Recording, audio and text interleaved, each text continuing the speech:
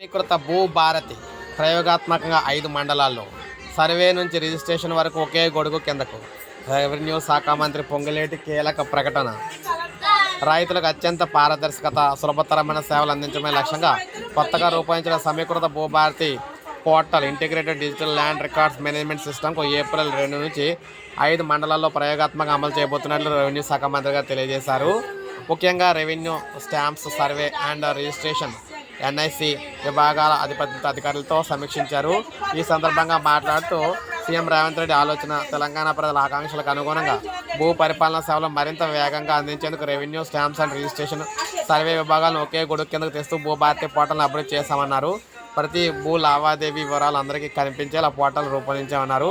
ఈ మేరకు పోర్టల్ను నారాయణపేట జిల్లా కోస్గి, రంగారెడ్డి జిల్లా అమన గల్లు, సంగారెడ్డి జిల్లా వట్పల్లి, ఖమ్మం జిల్లా కూసుమంచి, భద్రాద్రి కొత్తగూడెం జిల్లా అసోరాపేట మండలాల్లో ఏప్రిల్ 2 నుంచి ప్రయోగాత్మక అమలు చేస్తున్నారు. ఈ మండలాల్లో పనితీరును పరిశీలించక రెండో దశలో అంటే రాష్ట్ర వ్యాప్తంగా అమలు చేస్తామని, వ్యవసాయ భూముల రిజిస్ట్రేషన్ సమయంలో సర్వే మ్యాప్ను జతపరిచే నిబంధన ఈ 5 మండలాల్లో అమలు చేస్తాం.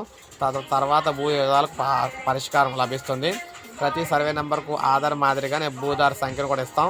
ఇప్పటికే ప్రయోగాత్మక 5 గ్రామాల్లో రీసర్వే నిర్వహించి భూదారును కేటాయించాం. ఆధార్తో అనుసంధానమైన మొబైల్ నెంబర్ల ద్వారా లాగిన్ అయిన వెంటనే కావలసిన సమాచారం లభిస్తుంది. ఈ పోర్టల్లో ప్రధానంగా సమాచార, సర్వే, కనెక్షన్, అప్పీలు, రిజిస్ట్రేషన్ సేవలు అందుబాటులో ఉంటాయి. వీటితో పాటు డిజిటల్ డాష్ బోర్డు సేవలు రూపొందిస్తున్నాం. దానిలో 36 మాడ్యూల్స్ ఉండగా భూభారతిలో ఒకే చాప్టర్ కింద అన్ని సేవలను తీసుకొస్తాం. రిజిస్ట్రేషన్, ఇతర భూ సేవలకు దరఖాస్తు చేసుకున్నప్పటికీ నుంచి కూడా ఈ ప్రక్రియ పూర్తయ్యే వరకు ప్రతి దశలోనూ సంబంధిత వివరాలను తెలియజేసి ఒక ఖాతాదారుడికి మెసేజ్ అందుతుందని చెప్పారనమాట. సో ఈ విధంగా చరిత్ర అయితే సృష్టించబోతున్నారు భూముల రిజిస్ట్రేషన్ సంబంధించి. భూభారతి మనకు సమగ్ర పోర్టల్ అయితే ఏప్రిల్ 2 నుంచి రాబోతుంది. సో ఇది అప్డేట్. ఒక లైక్ చేయండి, సబ్స్క్రైబ్ చేసుకోమని.